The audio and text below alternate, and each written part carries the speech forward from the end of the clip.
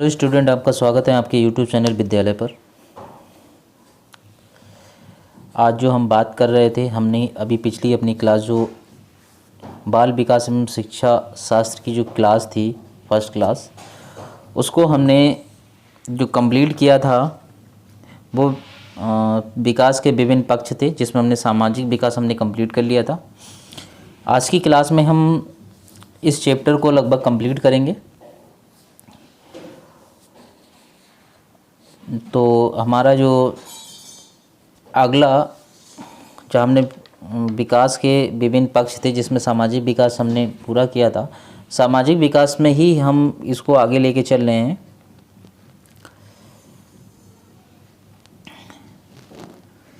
शैशवावस्था। शैशवावस्था में सामाजिक विकास। इस अवस्था में बालक सामाजिकता से परे होते हैं। वह मात्र अपनी शारीरिक आवश्यकताओं की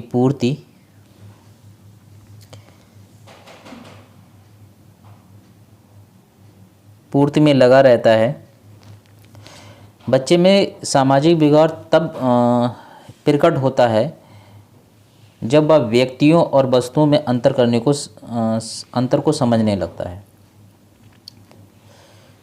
मतलब यह है कि जो शैशवावस्था होती है बच्चे की, उसमें सामाजिक विकास जब उत्पन्न होता है जब किसी वस्तु और किसी व्यक्तियों में जब डिफरेंस करना या अंतर करना समझने लगता है कि ये पापा हैं, ये मम्मा हैं, ये बुआ हैं, ये चाचा हैं, ये कोई वस्तु है, ये खाने की चीज़ है। जब ये कंडीशनें उत्पन्न हो जाती हैं समझने की, उस समय उसका सामाजिक विकास उत्पन्न होता है, या कहते हैं उसमें सामाजिक विकास चालू हो गया है। वो अपना विकास समाज की प्रति वो शुरू कर दिया है। नेक्स्ट है हमारा बाल्यावस्था में विकास। इस अवस्था में बच्चों का समायोजन तथा ग्रह बनाने की क्षमता उत्पन्न हो जाती है। आप देखते होंगे जब बाल्यावस्था स्टार्ट होती है 5 साल से ऊपर की, तब होता क्या है कि बच्चे ग्रोह में रहना पसंद करने लगते हैं। आप देखते होंगे कि मोहल्ले के 4-5 बच्चे हैं, वो एक साथ खेलते होंगे, एक साथ की यूनिटी होगी उनकी, और किस प्रकार से खेलना है, किसको क्या खिलाना है, ये सारी यूनिटी आप बच्चों में देखते होंगे। बच्चा क्या करेगा कि एक लीडर बन जाएगा। बाकी के बच्चे आप देखते होंगे कि खेल के नियम का पालन करेगा और ये बच्चा वो एक इंस्ट्रक्शन देगा। तो ये समायोजन है, या हम बोल सकते हैं कि ये ग्रोह में रह के खेलना। तो ये बाल्यावस्था में ही सामाजिक विकास होता है, क्योंकि समाज में मतलब किसी प्रकार के इंस्ट्रक्शन देना। जैसे आपने देखा होगा छोटे बच्चे जो होते हैं वो क्या करते हैं, 4 बच्चे हैं, उनको बैठ के पढ़ाने लगे हैं उनने कि मैं टीचर बन जा रहा हूँ, आप स्टूडेंट हो। एक बच्चा पढ़ा रहा है, बाकी के बच्चे पढ़ रहे हैं। तो ये इस प्रकार का जो विकास होता है वो बाल्यावस्था में उत्पन्न होता है। तो इसको हम बोल सकते हैं कि बाल्यावस्था में सामाजिक विकास। ठीक है। नेक्स्ट है किशोरावस्था में सामाजिक विकास। किशोर विद्यार्थियों के साथ समूह बनाने की कोशिश करते हैं। जो किशोर विद्यार्थी हैं वो समूह बनाने की कोशिश करते हैं। किसके साथ? लिंग संबंधी चेतना का विकास हो जाता है, विशेष रुचियां जागृति हो जाती हैं। किशोरावस्था में जो सामाजिक विकास होता है वो इसमें पॉइंट दे रखा है, लिंग संबंधी चेतना का विकास हो जाना। इसमें चेतना का जो विकास होता है, लिंग संबंधी चेतना का विकास कहने का मतलब जब किशोरावस्था में आते हैं तब उनमें लिंग संबंधी विवेदनाएं उत्पन्न हो जाती हैं कि जो अट्रैक्शंस है वो गर्ल्स का बॉयज़ की तरफ, बॉयज़ का गर्ल्स की तरफ, ये हमारा और एक दूसरे को समझना तथा विभिन्न प्रकार की रुचियां उत्पन्न हो जाना। जैसे किसी को डॉक्टर बनना है, किसी को साइंटिस्ट बनना है, किसी को इंजीनियर बनना है। तो इस प्रकार की जो जागृतियां हैं वो किशोरावस्था में ही उत्पन्न होती हैं और वो अपनी अपनी फील्ड का चयन करते हैं। कोई डॉक्टर बनना चाहता है तो इस प्रकार का जो विकास है वो हमारी किशोरावस्था में स्टार्ट होता है। और इसके बाद में हम देखेंगे नैतिक एवं भावात्मक का विकास। नैतिक विकास का अर्थ है बच्चों में मूल्यों का विकास एवं नैतिक संकल्पनाओं की भावना का जागृत करना। नैतिक संकल्पना के अंतर्गत बच्चों की ईमानदारी, सत्यनिष्ठा, निश्चलता की भावना का विकसित करना होता है। समाज की अपेक्षा होती है कि समुदाय के मानकों के प्रति अनुरूपता, जिसमें भी जीवन मूल्य निहित हैं, बच्चे उसे ग्रहण कर पालन करें। प्रत्येक समाज में कुछ बच्चों को सही तथा कुछ बच्चों को गलत समझा जाता है। बच्चों की नैतिक संकल्पनाओं का विकास भी इससे जुड़ा होता है। प्रारंभ में वे प्रयत्न एवं त्रुटि परिवार और विद्यालय के माध्यम से समाज के द्वारा स्वीकृत व्यवहार सीखते हैं। इसके तत्पश्चात वे अमूर्त भाषिक रूप से नैतिक संकल्पनाएं अपनाकर सही या गलत के नियम एवं सिद्धांत सीखते हैं। जो नैतिक विकास होता है वो 2 प्रकार का होता है। कितने प्रकार का होता है नैतिक विकास? 2 प्रकार का होता है।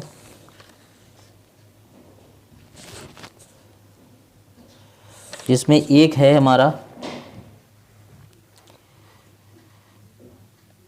नैतिक वास्तविकता।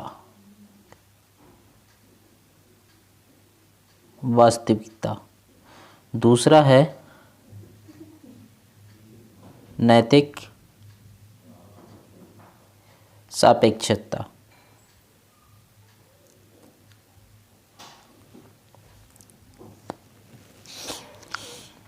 ये 2 नैतिक विकास की अवस्थाएं होती हैं। एक होती नैतिक वास्तविकता और दूसरी होती नैतिक सापेक्षता। ये दोनों अवस्थाएं आपकी पियाजे ने दी थी। पियाजे ने दी थी। ये क्वेश्चन भी पूछा गया था कि नैतिक अवस्थाएं कौन कौन सी हैं और इसके जनक किसे माना गया है। तो उसमें ऑप्शन में दे रखा होगा जैसे कोहलबर्ग, पियाजे, फैराडे, इनमें से कोई नहीं। तो उसमें जो राइट आंसर हमने अभी बता दिया आपको कि पियाजे हैं, जिन्होंने नैतिक समाज का विकास किया है। ठीक है, तो आगे हम चलते हैं। नैतिक विकास का स्वरूप। समाज के द्वारा स्वीकृत नैतिक व्यवहार सीखने की प्रक्रिया क्रमिक एवं लंबी होती है। हम अपेक्षा करते हैं कि बच्चे में विद्यालय में प्रवेश करने तक सामान्य परिस्थितियों में या सही या गलत में अंतर करने की क्षमता विकसित हो चुकी होगी। उसे अच्छे और बुरे व्यवहार के बीच का अंतर समझ होगी। अच्छा व्यक्ति बनने के लिए पहले समाज के कानूनों, नियमों, रीति रिवाजों का पालन करना अनिवार्य होता है। छोटे बच्चों में भी हम यह अपेक्षा करते हैं कि वे माता पिता व अन्य व्यक्तियों के द्वारा बनाए गए नियमों का पालन करें। प्रत्येक परिवार में कुछ नियम होते हैं। पूर्व विद्यालयी वर्षों में बच्चे की नैतिकता के बारे में कोई संकल्पना नहीं होती और न ही वयस्कों द्वारा निर्धारित नियमों के सिवाय सामाजिक नियमों की कोई स्पष्ट समझ होती है। तर्क एवं निर्णय के अंतर्गत सामाजिक नियम का पालन उनके व्यवहार की विशेषता होती है। वे भौतिक परिणामों के आधार पर अपने किसी कार्य के सही या गलत होने के बारे में निर्णय लेना सीख जाते हैं। बच्चे अब तक यह सीख जाते हैं कि वे परिवार या समाज के द्वारा निर्धारित नैतिक मूल्यों का पालन नहीं करेंगे तो उन्हें दंडित किया जा सकता है या उनके इस व्यवहार की सामाजिक स्वीकार्यता नहीं हो सकती है। कहते होंगे कि जब बच्चे होते हैं, जब वो किशोरावस्था में होते हैं, तो जो समाज के नियम होते हैं तो उनको वो पालन करना सीख जाते हैं। उनकी क्या रीति है, क्या रिवाज है, रीति रिवाजों को सीख जाते हैं। किसके साथ बैठना है, कौन सही सलाह देता है, सही बात करता है, इन सारे की जो विकास है वो नैतिक विकास के अंतर्गत आता है और ये हमारा किशोरावस्था से चालू हो जाता है। कभी कभार हम बच्चों में भी ये देखते हैं कि वो अपने नैतिक जो परिवार के रीति रिवाज हैं, समाज के रीति रिवाज हैं, नियम और कानून हैं, वो अपने बड़े भाई को देखकर सीखते हैं। बड़ी भाई हो या बहन हो या पापा हो या मम्मी हो, उनको देख देख के सीखते हैं। जैसे आप देखते होंगे कि बच्चे को हम, जब छोटा बच्चा होता है तो हम बार बार उसको कहते हैं कि अपने बड़ों को प्रणाम करना चाहिए या उनके चरण स्पर्श करने चाहिए।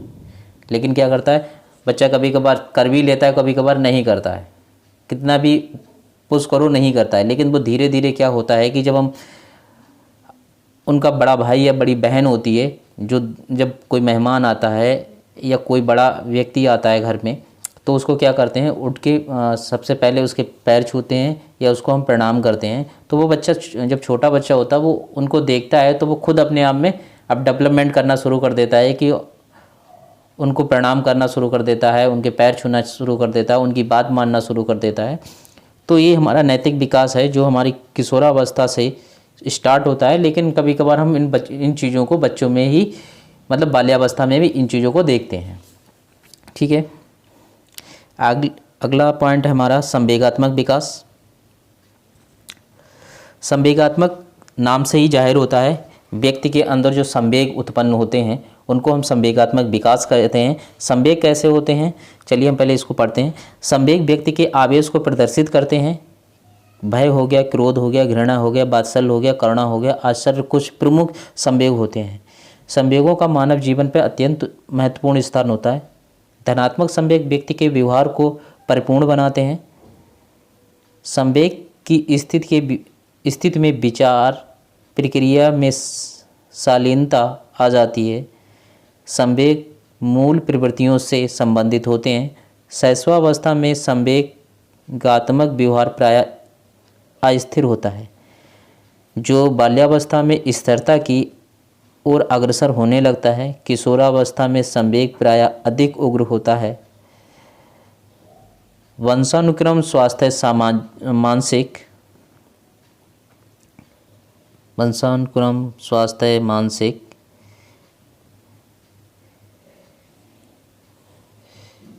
मानसिक योग्यता, पारिवारिक वातावरण आदि कारक संवेगात्मक विकास को प्रभावित करते हैं। शिक्षा के द्वारा संवेगों का परिमार्जन किया जाता है। अध्यापक गण तथा अभिभावक गण बालक बालिकाओं के संवेगात्मक विकास को सही दिशा दे सकते हैं। आप लोगों ने देखा होगा जो संवेग होते हैं वो हमने आपको बताया है, इसमें भी लिखा हुआ क्रोध है, भय है, घृणा है, वात्सल्य है, करुणा है, आश्चर्यजनक रूप से प्रमुख होते हैं व्यक्ति के, और इनका होना भी जरूरी है। अगर ये नहीं होगा तो उसका विकास होना संभव नहीं है। किशोरावस्था में क्या होता है जी, अस्थिर होता है। जैसे जैसे किशोरावस्था में अस्थिरता का मतलब ये होता है कि अगर बच्ची का आपने खिलौना ले लिया है और उसने देख लिया तो वो आपका अपना खिलौना तुरंत वापस ले लेगा। आपको उसके साथ, मतलब जो आपने लिया है या खेलने के लिए, या जो आपने कहा उन्होंने चलो ठीक है बच्चे से हम लेते हैं, देखते हैं वो क्या संवेग उसका उत्पन्न होता है, कह सकते हैं कि वो क्या प्रतिक्रिया देगा। तो उस समय क्या करता है कि जैसे हमने बच्चे से खिलौना लिया, उसने छीन लिया हमसे, तो वो क्या कर रहा है कि उसे थोड़ा सा क्रोध उत्पन्न हो रहा है, उसका खिलौना आपने क्यों ले लिया। या जैसे बच्चे की माँ होती है, अगर उसे पता है कि ये मेरी माँ है और सिर्फ मेरा ही अधिकार है इस माँ पे, अगर उस व्यक्ति, उसका अगर बड़ा भाई है, अगर उसने अपनी माँ को पकड़ लिया या छू लिया या कह दिया कि ये मेरी माँ है, तो छोटा वाला जो बच्चा है जो शैशवावस्था में, वो उसके साथ क्या करने लगता है, मारपीट करना शुरू कर देता है। क्यों? क्योंकि उसे क्रोध आ जाता है, माँ किसकी है, सिर्फ मेरी है। या पापा किसके हैं, सिर्फ मेरे हैं। तो ये जो संवेगात्मक विकास है वो बचपन से ही स्टार्ट हो जाता है और धीरे धीरे ये डेवलपमेंट करता है। बाल्यावस्था में क्या होता है, इसकी स्थिरता है वो थोड़ी सी स्थिरता की तरफ, ये बाल्यावस्था में संवेगात्मक जो विकास है वो बाल्यावस्था में स्थिरता की तरफ चलने लगता है। जैसे कुछ चीज़ें छोड़ देता है बच्चा, जैसे बाल्यावस्था में आता है तो क्या छोड़ देता है, जैसे अगर छोटा भाई है, अगर मम्मा को पकड़ लिया है, कह रहा है मेरी मम्मा है, तो वो कहता है ठीक है मेरी मम्मा है, वहाँ लड़ाई नहीं होती है, ठीक है। और किशोरावस्था में इसका बहुत ही ज़्यादा प्रभाव पड़ता है, क्योंकि इस टाइम जो बच्चे का होता है वो विकास परिपूर्ण हो रहा होता है और उसको समाज से और अपने विचारों में जो सामंजस्य है वो बैठाने में उसे बहुत ज़्यादा दिक्कत महसूस होती है। तो उस समय ये बहुत ज़्यादा उग्र होते हैं, कह सकते हैं। आप लोग देखते होंगे कि जैसे हम किशोरावस्था में हैं होते हैं तो क्या करते हैं कि पेरेंट्स कहते हैं कि जैसे किशोरावस्था में कुछ फ्रेंड्स हैं तो उनमें कुछ फ्रेंड्स अच्छे होते हैं, कुछ फ्रेंड्स ठीक है पेरेंट्स को पसंद नहीं आते हैं, तो उसमें क्या कहते हैं पेरेंट्स मना करते हैं, उसके साथ नहीं जाना है, उसके साथ बात नहीं करनी है। लेकिन क्या है कि वो हमारा फ्रेंड है तो हमें उस समय अपने पेरेंट्स पे गुस्सा आती है, क्यों मैं बात नहीं करूँगा, ये क्यों मैं बात अपनी नहीं करूँ, वो मेरा फ्रेंड है। तो इस टाइप के जो संवेग उत्पन्न हो जाते हैं तो वो सबसे ज़्यादा उग्र किस अवस्था में होते हैं, किशोरावस्था में। कभी कभार सीटेट में पूछा भी गया था कि किशोरावस्था में संवेगात्मक विकास सबसे ज़्यादा कब उग्र होते हैं। उसमें अवस्थाएं दे रखी थी, शैशवावस्था, बाल्यावस्था, किशोरावस्था, प्रौढ़ावस्था। तो उसमें जो राइट आंसर होता है वो किशोरावस्था होता है। इसीलिए इसे कहा गया है कि इस किशोरावस्था को तूफानी, आंधी वाली अवस्था कही जाती है, क्योंकि उसमें उतार और चढ़ाव ज़्यादा होते हैं हमारे जीवन में। उस समय जो अधिकतर जो संवेगों का जो परिमार्जन कर सकता है, जो संवेगात्मक विकास को प्रभावित करता है और उनको अच्छा सही डायरेक्शन दे सकता है, वो एक अध्यापक हो सकता है, अभिभावकगण हो सकते हैं। तो हमें उस समय मनोदशा बच्चे की समझनी चाहिए कि इस टाइम ऐसी कंडीशन हमेशा आती हैं कि जब संवेगात्मक विकास होता है बच्चे का तो उसमें वो थोड़ा उग्र हो जाता है, क्योंकि वो समाज के साथ में सामंजस्य बैठाने का प्रयास करता है लेकिन पूर्णतः बैठाल नहीं पाता है, ठीक है। नेक्स्ट देखते हैं इसमें मानसिक विकास।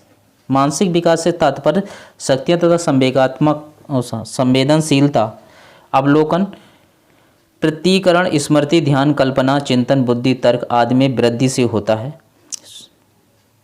शैशवावस्था तथा बाल्यावस्था में मानसिक विकास अत्यंत तीव्र गति से होता है, जबकि किशोरावस्था में मानसिक शक्तियों में गुणात्मक उन्नयन अधिक होता है। पियाजे तथा ब्रूनर ने संज्ञात्मक विकास के अपने अपने सिद्धांत प्रस्तुत किए हैं। पियाजे के अनुसार, इसको अंडरलाइन करना, पियाजे के अनुसार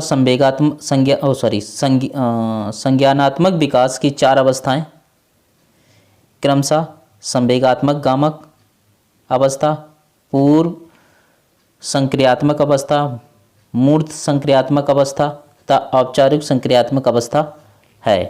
पियाजे ने संगठन तथा अनुकूल की योग्यताओं को संज्ञानात्मक कार्य विधि की 2 प्रमुख विशेषताएं बतलाई हैं। और ब्रूनर ने क्या कहा है, ब्रूनर ने कहा है कि क्रियात्मक होता है, प्रतिबिंबात्मक होता है, संकेतात्मक होता है नामक 3 अवस्थाओं में संज्ञानात्मक विकास को वर्गीकृत करके संज्ञानात्मक विकास की प्रक्रिया को समझने का प्रयास किया है। ब्रूनर के अनुसार क्रियात्मक, प्रतिबिंबात्मक, संकेतात्मक, ये 3 अवस्थाएं बताई हैं। और जबकि पियाजे ने क्या बताया है, संज्ञानात्मक विकास की 4 अवस्थाएं बताई थी। कौन कौन सी बताई थी, संवेगात्मक अवस्था, पूर्व संक्रियात्मक अवस्था, मूर्त संक्रियात्मक अवस्था और औपचारिक संक्रियात्मक अवस्था बताई है, ठीक है। इससे क्वेश्चन हमेशा बनता है, इसको ध्यान में से रखना है।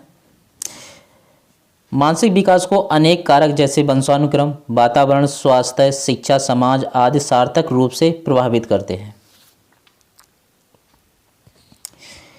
कभी कभार पूछा जाता है कि मानसिक विकास को प्रभावित करने वाले कारक कौन कौन से हैं, तो उसमें कुछ ऑप्शंस दे रखे थे, इसको ध्यान रखना है। एक तो वंशानुक्रम, वातावरण, स्वास्थ्य, समाज, शिक्षा, समाज,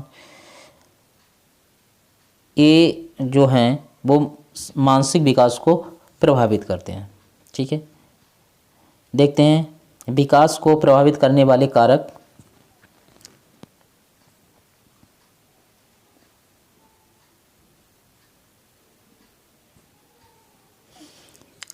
प्रभावित करने वाले कारक हैं, विकास को प्रभावित करने वाले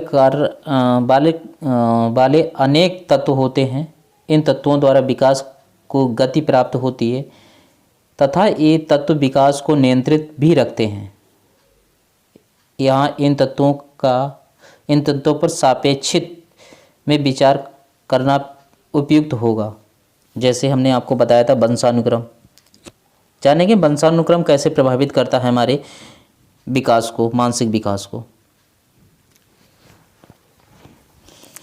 बालक को विकास वंशानुक्रम में उपलब्ध गुण और क्षमताओं पर निर्भर करता है।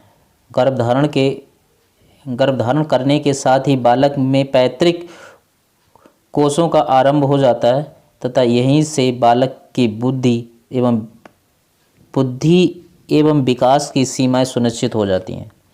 ये पैतृक गुण पीढ़ी दर पीढ़ी हस्तांतरित होते रहते हैं, जैसे बालक के कद में, आकृति में वृद्धि में, आकृति, बुद्धि, चरित्र आदि को भी वंशानुक्रम संबंधी विशेषताएं प्रभावित होती रहती हैं।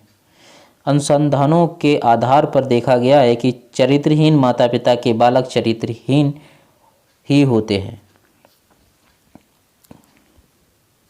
ठीक है, जैसे हम कह सकते हैं कि वंशानुक्रम में अगर पेरेंट्स अगर किसी व्यक्ति के माँ बाप अगर उनमें से कोई पहलवान है तो ठीक है, वो पहलवानी नहीं करेगा, लेकिन उसमें जो गुण हैं वो जरूर विद्यमान होंगे, वो ताकतवर, वो क्षमताएं उसके अंदर भी डेवलपमेंट होंगी। तो ये बोलते हैं वंशानुक्रम, जो हमें पीढ़ी दर पीढ़ी मिलती रहती हैं। जैसे आप देखते होंगे किसी के माँ बाप में से, माँ या बाप में से कोई अगर गंठा है तो उसके बच्चे में अगर 4 बच्चे हैं या 2 बच्चे हैं उसके, तो एक बच्चा बहुत लंबा होगा, एक थोड़ा सा उसकी हाइट कम होगी। ये संभवतः वो डिपेंड करता है वो किसकी पीढ़ी पर गया हुआ है। कि ऐसा नहीं हो सकता है कि वो पेरेंट्स फादर लंबे हैं, माँ की हाइट कम है तो वो फादर की ही हाइट पे जाएगा, ऐसा पॉसिबल नहीं है। वो डिपेंड करता है कि किसकी हार्मोन्स उस पर ज़्यादा डेवलप्ड हो गए हैं, तो उस प्रकार से वो उसकी पीढ़ी दर अपने आप को ढालता है। कभी कभार ये अपवाद में है, ये ऐसा नहीं है कि दोनों माँ बाप अगर उनकी हाइट कम है तो बच्चे की भी हाइट कम, वो अगर उसकी हाइट बढ़ती है। जबकि वंशानुक्रम में क्या है कि ये तय है कि वो पीढ़ी दर पीढ़ी ट्रांसफ़र हो रहे हैं। अगर माँ बाप की हाइट कम है और बच्चे की हाइट ज़्यादा है तो वो ये नहीं है कि वो क्या बोल सकते हैं उसको,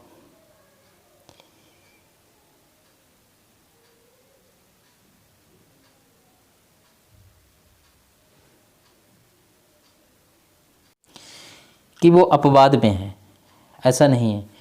क्यों? क्योंकि हो सकता है उसके दादाजी की हाइट या उसके नाना जी की हाइट अच्छी रही हो, तो तो ये पीढ़ी दर पीढ़ी ही चलते रहते हैं कि किसी की हाइट कम है तो किसी की हाइट ज़्यादा है, तो ये, या कोई पतला है कोई मोटा है, तो इस प्रकार के जो गुण होते हैं वो वंशानुक्रम पे ही डिपेंड करते हैं और वो पीढ़ी दर पीढ़ी ही चलते रहते हैं। ठीक है, नेक्स्ट देखते हैं। नेक्स्ट था, हमने बताया था वातावरण, एटमॉस्फेयर कैसे बच्चे के विकास को प्रभावित करता है।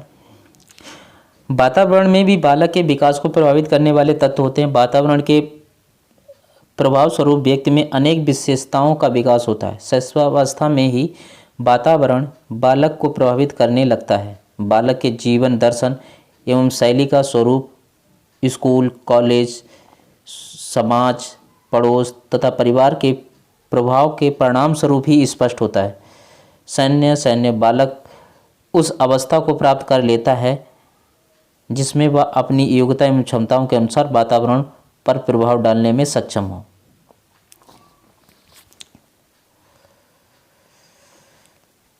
बुद्धि। मनोवैज्ञानिकों ने अपने अध्ययनों के आधार पर निश्चित किया है कि कुशाग्र बुद्धि वाले बालकों का शारीरिक एवं मानसिक विकास मंद बुद्धि वाले बालकों की अपेक्षा अधिक तेजी से गति होती है। कुशाग्र बुद्धि वाले बालक शीघ्र बोलना व चलने लगते हैं। प्रतिभाशाली बालक 11 माह में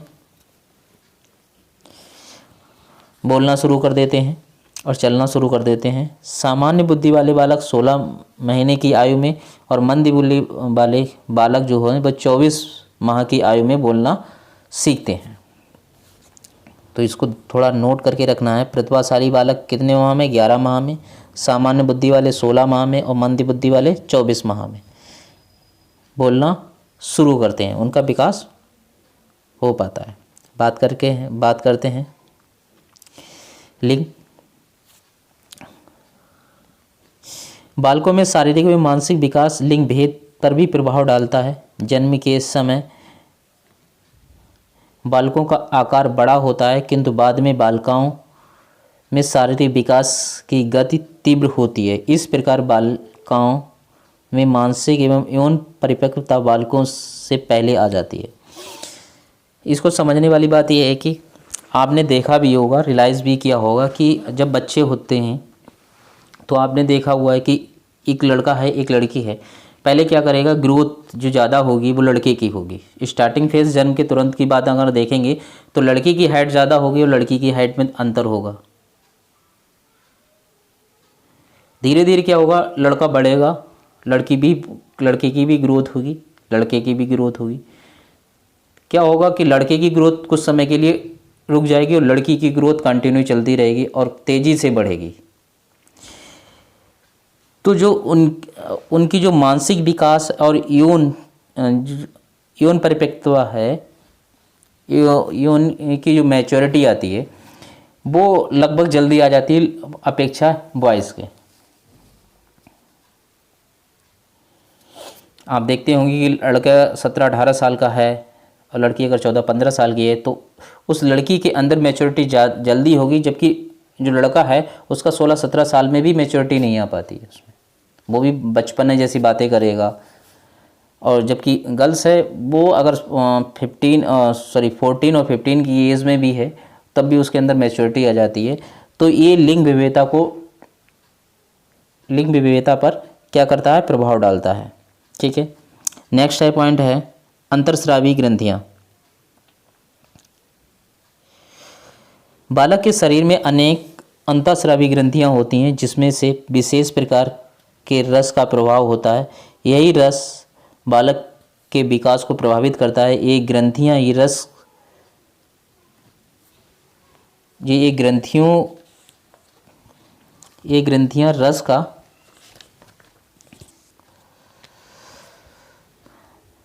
रस का स्राव ठीक प्रकार से ना करें तो बालक का विकास अवरुद्ध हो जाता है। उदाहरण के लिए गल ग्रंथि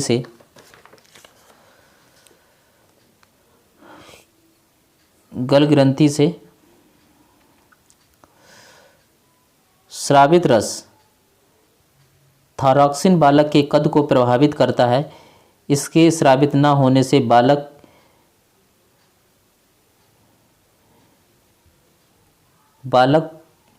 बौना रह जाता है। क्या हो जाता है, वो बौना रह जाता है। अगर थायरॉक्सिन उसकी जो ग्लैंड है उसका अगर सही से विकास नहीं हो पा रहा है या सही से स्रावित नहीं हो पा रही है तो क्या होगा कि बालक की जो हाइट है वो कम रह जाएगी। इसे हम बौना बोलेंगे। ठीक है, देखते हैं जन्म क्रम इस पे किस प्रकार से प्रभावित करता है। बालक के विकास पर परिवार में जन्म क्रम का भी प्रभाव पड़ता है। अध्ययनों से पता चलता है कि परिवार में जन्म लेने वाले प्रथम बालक की अपेक्षा दूसरे बालक, तीसरे बालक का विकास तेजी गति से होता है। इसका कारण यह है कि बाद में बालक अपने से पूर्व बालक या जन्मे बालकों के अनुकरण द्वारा अनेक बातें शीघ्र ही सीख लेता है।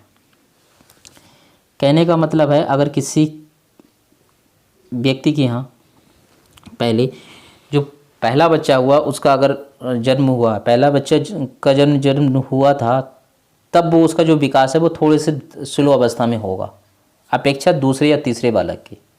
क्यों? क्योंकि जो दूसरा बालक होगा उसका विकास अपने पहले वाले बच्चे मतलब अपना भाई हो या बहन हो उसको अनुकरण करके मतलब देख देख के जो सीखता है तो उसका विकास थोड़ा जल्दी होगा। अगर दो बच्चे हैं और तीसरा बच्चे का जन्म हुआ है तो वो तीसरा बच्चा इन दोनों बच्चों से जल्दी सीखेगा, क्योंकि वो उन दोनों भाई बहनों को जो करता हुआ देखता है उससे जल्दी सीखता है, उनको अनुकरण करता है और सीखता है। जैसे आप देखते होंगे जब पहला बच्चा होता है तो वो क्या करता है, सीढ़ियों पे थोड़ा सा लेट जाना शुरू करता है, जीने पे या सीढ़ी पे थोड़ा लेट चलना शुरू करता है। क्यों? क्योंकि वो देखता ही नहीं कोई बच्चा सीढ़ी पे चढ़ रहा होता है। जबकि दो बच्चे हो जाते हैं या पहला बच्चा जब सीढ़ी पे चढ़ता है दूसरा बच्चा देखता है तो वो दौड़ के जाता है सीढ़ी के पास में और खड़ा होने का प्रयास करता है, या अपने छोटे बड़े भाई को देखता है या बड़ी बहन को चलते हुए देखता है तो वो खड़े होने का प्रयास करता है। तो उसमें जो क्रम है तो वो क्या करता है कि जो विकास है तो अगर उनको देखा जाए तो पहले वाले की अपेक्षा दूसरा और दूसरे की वजह तीसरा, इनमें विकास तेजी से होता है। ठीक है, नेक्स्ट पॉइंट है भयंकर रोग एवं चोट। भयंकर रोग एवं चोट बालक के विकास में बाधा पैदा करते हैं।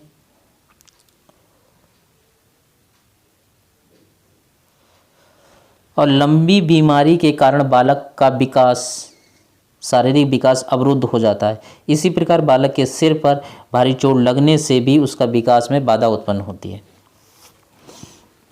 नेक्स्ट पॉइंट है हमारा पोषाहार। सन 1955 में वाटरलू ने अफ्रीका और भारत के बालकों के विकास पर कुपोषण के प्रभाव का अध्ययन करके निष्कर्ष निकाला कि कुपोषण से बालक का शारीरिक एवं मानसिक विकास अवरुद्ध हो जाता है। नेक्स्ट पॉइंट है हमारा शुद्ध वायु एवं प्रकाश। शुद्ध वायु एवं प्रकाश न मिलने पर भी बालक में अनेक प्रकार का शिकार बन जाता है और इसके परिणाम स्वरूप उसके जो विकास है वो अवरुद्ध हो जाता है या रुक जाता है।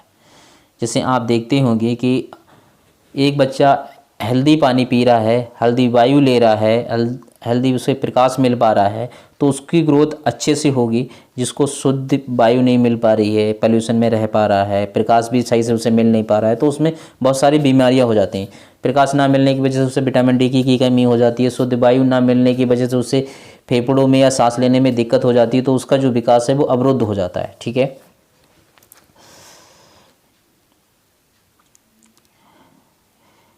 प्रजाति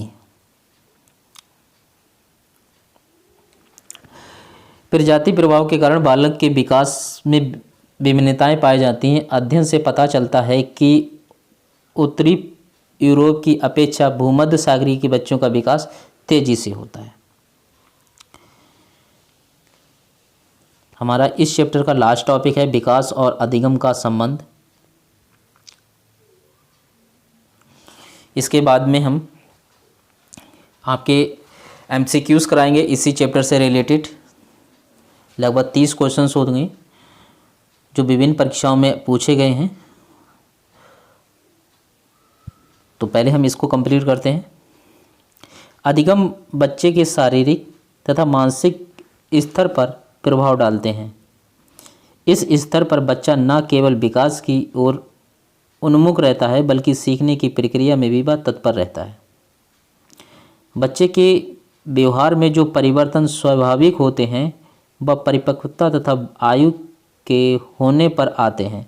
जैसे बच्चे का चलना, दौड़ना, बैठना आदि प्राकृतिक गतिविधियों बच्चा अपने आप सीख लेता है। इसके लिए उसे अतिरिक्त प्रयास एवं अभ्यास करने की ज़रूरत नहीं है। बच्चे में मैच्योरिटी की क्षमता वंशानुगत के कारण होती है, तो दूसरी तरफ अधिगम की प्रक्रिया एक अर्जित प्रक्रिया है। कह सकते हैं कि जो अधिगम है, सीखना है, वो अर्जित प्रक्रिया है। हम किसी को देख कर ही सीखते हैं, प्रयास करके ही सीखते हैं। जब बच्चे का जब जन्म लेता है उसके उपरांत कुछ ना कुछ सीखता ही रहता है और यह प्रक्रिया अधिगम कहलाती है। क्या कहलाती है? अधिगम कहलाती है। जब बच्चे का जन्म हुआ और बच्चे ने चलना सीखा है, दौड़ना सीखा है, बैठना सीखा है, बोलना सीखा है, तो वो क्या कह रहा है? कुछ ना कुछ सीख रहा है ना। जो सीखना ही है वो क्या कहलाता है? हमारा अधिगम कहलाता है। और विकास और अधिगम एक दूसरे के पहलू हैं। ठीक है, अगर अधिगम करेगा तो अभी विकास होगा। ठीक है, आज की वीडियो को हम यहीं पे विराम देते हैं। अगर आपको वीडियो पसंद आई है तो लाइक कीजिएगा, चैनल को सब्सक्राइब करना बिल्कुल नहीं भूलिएगा। आने वाली वीडियो का नोटिफिकेशन आपको मिल पाए इसलिए बेल आइकन को ज़रूर दबाइएगा। अगर वीडियो पसंद आता है तो सब्सक्राइब करना बिल्कुल ना भूलें। MCQs नेक्स्ट वीडियो में मिलेगा। 30 क्वेश्चंस होंगे जो विभिन्न परीक्षाओं में आए हुए हैं, पूछे गए इंपॉर्टेंट क्वेश्चंस होंगे। अगर आप इन्हीं क्वेश्चनों को MCQs को अगर कंप्लीट करते हैं तो आपको जो 30 नंबर मतलब 20 नंबर की या 30 नंबर की जो तुम्हारी चाइल्ड डेवलपमेंट और शिक्षा शास्त्र आती है तो उसमें लगभग आपको 28, 29 या 30 नंबर भी आपको मिल सकते हैं। इसलिए वीडियो को ज़रूर देखें और अच्छे से समझने का प्रयास करें। थैंक यू, धन्यवाद, जय हिंद, वंदे मातरम।